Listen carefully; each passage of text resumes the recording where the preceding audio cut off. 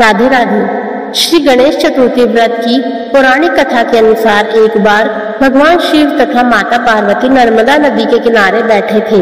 वहां माता पार्वती ने भगवान शिव से समय व्यतीत करने के लिए चौपड़ खेलने को कहा। शिव जी चौपड़ खेलने के लिए तैयार हो गए, परंतु इस खेल में हार जीत का फैसला कौन करेगा, यह प्रश्न उनके समक्ष उठा। तो भगवान शिव ने कुछ तिनके एकत्रित कर उसका एक पुतला बनाकर उसकी प्राण प्रतिष्ठा कर दी और पुतले से कहा, बेटा हम चौपड़ खेलना चाहते हैं, परंतु हमारी हार जीत का फैसला करने वाला कोई नहीं है, इसलिए तुम बताना कि हम दोनों में से कौन हारा और कौन जीता। उसके बाद भगवान शिव और माता पार्वती का चौपड़ खेल शुरू हो गया।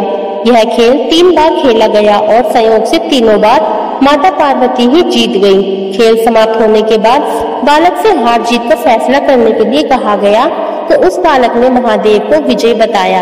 यह सुनकर माता पार्वती क्रोधित हो गई और क्रोध में उन्होंने बालक को लंगड़ा होने, कीचड़ में पड़े रहने का श्राप दे दिया। बालक ने माता पार्वती से माफी मांगी और कहा कि यह मुझसे अज्ञानतावश ऐसा हुआ है, मैंने किसी द्वेष भाव से ऐसा नहीं किया। बालक द्वारा क्षमा मांगने पर माता ने कहा, यहाँ गणेश पूजन के लिए नाग कन्याएं आएंगी, उनके कहे अनुसार तुम गणेश व्रत करो, ऐसा करने से तुम मुझे प्राप्त करोगी। यह कहकर माता पार्वती शिव जी के साथ कैलाश पर्वत पर चली गई।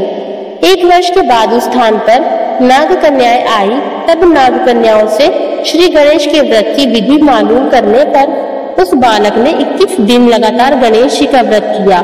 उसकी श्रद्धा से गणेश जी प्रसन्न हुए। उन्होंने बालक को मनोवांछित फल मांगने के लिए कहा। उस पर उस बालक ने कहा, हे विनायक, मुझ में इतनी शक्ति दीजिए कि मैं अपने पैरों से चलकर अपने माता पिता के साथ कैलाश पर्वत पर पहुंच सकूं और वे यह देख प्रसन्न हो। तब बालक को वरदान देकर श्री गणेश अंतर्ध्यान हो गए। इसके बाद वह बालक कैलाश पर्वत पर पहुंच गया और कैलाश पर्वत पर पहुंचने की अपनी कथा उसने भगवान शिव को सुनाई। चौपड़ वाले दिन से माता पार्वती शिव जी से विमुख हो गई थी, अतः देवी के रुष्ट होने पर भगवान शिव ने भी बालक के बताए अनुसार 21 दिनों तक श्री गणेश का व्रत किया। इस व्रत के प्रभाव से माता पार्वती के मन से भगवान शिव के लिए जो नाराजगी थी वह समाप्त हो गई। तब यह व्रत विधि भगवान शंकर ने माता पार्वती को बताई। यह सुनकर माता पार्वती के मन में भी अपने पुत्र कार्तिकेय से मिलने की इच्छा जागृत हुई।